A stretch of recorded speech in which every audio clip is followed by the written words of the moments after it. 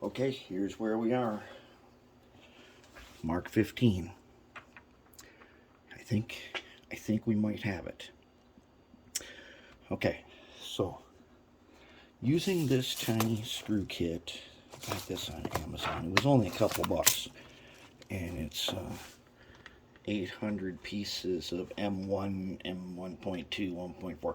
These are the tiny metric screws. It's a good kit to have. It's full of tiny, tiny screws.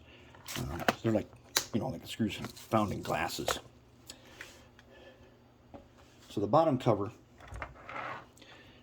attaches by a screw on both ends. Now it does not hold the truck together. Right now I got this rubber band around it that I use when I'm building it, but got the screw there, and we got clearance. It doesn't seem like it's a lot, but it is. There's clearance underneath here. You can see the shadows of the wheels? There's clearance underneath there. That is what we want. That's what we're going for, is clearance under here. Also, we got independent movement. There's plenty of play in the trucks. And let's come back up again. Okay, so now our plan with these, because these are the new Atlas type wheel sets. Now these wheels have been prepared, and I've got the other ones right here in our little setup block. I painted the ends with Stirland mud, and then I have to go through and I got to polish, because power pickups comes from the ends of these. That is a 1.5 millimeter shaft on the end there. And I got some copper, like this. I got it packed off Amazon. I've been wondering about this for a while, how I was going to cut it. Here's a strip. And I thought, oh, it's too thick. There's no way I'm going to be able to accurately cut it, and it's going to turn to crap. And so I did a little research, and I watched some jewelry people cut it. And turns out, you just cut it with scissors. And I used this scissors, which is way overkill. I didn't want to, I think it's too thick, and I don't really want to mess up these scissors. So next time I go to the hardware store, I'm probably going to get an intermediate scissors. And so I got a strip here. Now what I'm thinking, okay, let's go back to the trucks for a second.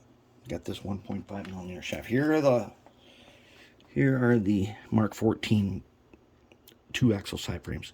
Now when I make these, I cut out this interior where the bearing is, where our depleted uranium bearings are, and there's a tiny hole in the middle of it. And I'm pretty sure that it would fit.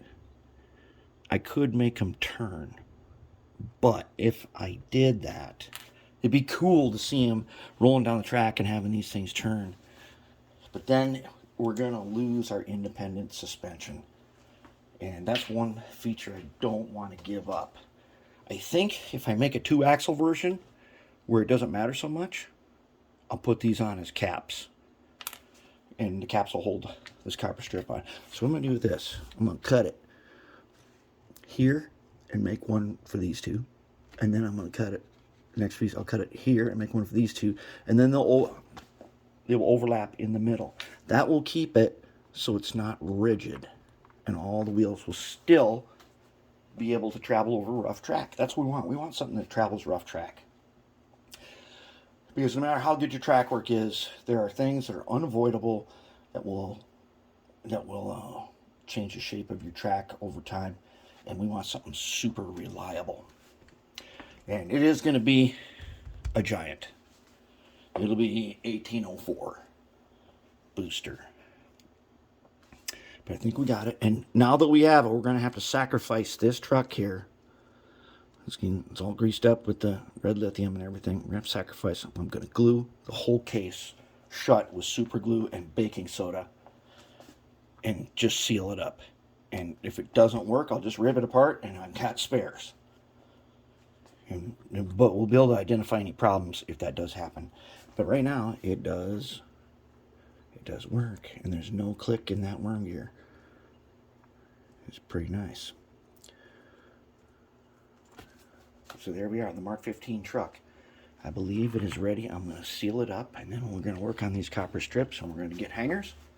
We're going to be good to go.